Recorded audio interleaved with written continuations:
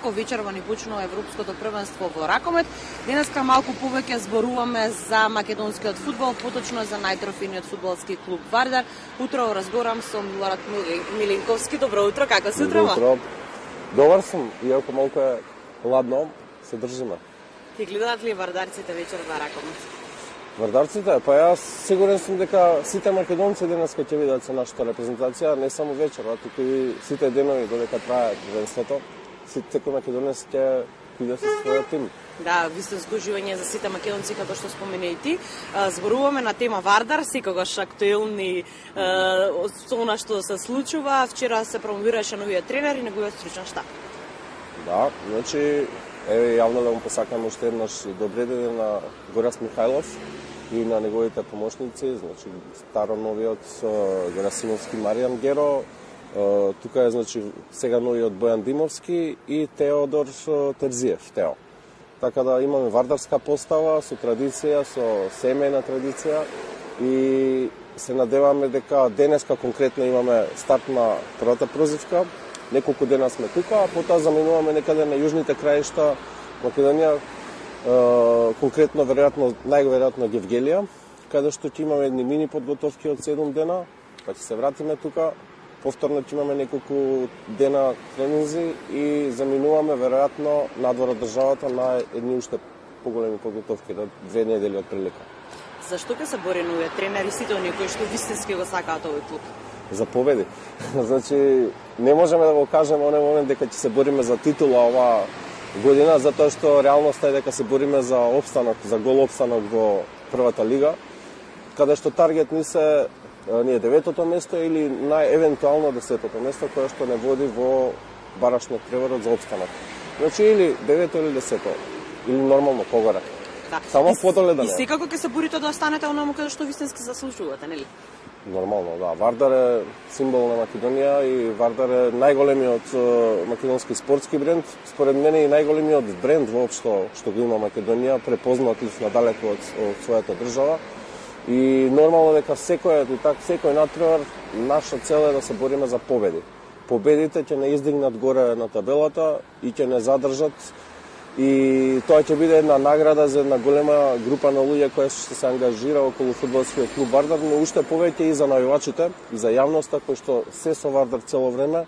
И мислам дека сите заслужуваат на крај да имаме некое среќно сценарио каде што Вардар ќе си биде таму кој што е, а следно, веројатно од следната година веќе целите ни бидат многу повисоки и токму тогаш да го вратиме таму каде што треба да биде. Вардар е клуб на народот. Колку значи таа поддршка која што ја добивате постојано од сите оние кои што го сакаат клубот? Па, колку за илустрација, само Вардар, бидејќи е клуб на народот, Вардар обстои во сите овие тешкоти, во најтешките периоди од својата историја. Ја би ги нарекол овие 3-4 години од 2020 некаде наваму дека е најтешкиот период во историјата на фудбалскиот клуб Вардар. Бидејќи фудбалскиот клуб Вардар испаѓал од првата лига и порано, меѓутоа не се задржувал многу долго. А 2 години настап во македонската втора лига за Вардар во некое нормално време би било трагедија. Меѓутоа нас ни служеше како еден период на консолидација, како некоја казна што не следи уште од фузијата со Миравци уште од 2011 година.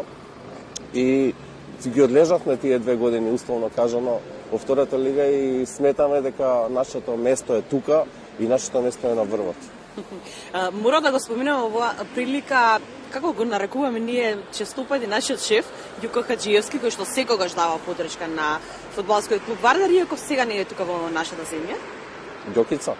Ѓокица, тоа е една анекдота која што ја кажуваше дека и така и го викаат во арапските земји. Бидејќи него таму е веројатно тешко да го наречат по неговото име Ѓоко Хаџиевски и само Ѓокица. Поздрав до него. Кај што остварија вчера победа. Така, да. Го поздравуваме секако. Каде го гледаме Вардар, споминавме многу повеќе од она што е сега, меѓутоа? Вардар го гледаме во Европа. Вардар е брендот кој што треба да ја представува Македонија надвор од границите. Бидејќи Вардар има многу голема маса на луѓе кои што го следат и кои што сакаат да биде таму.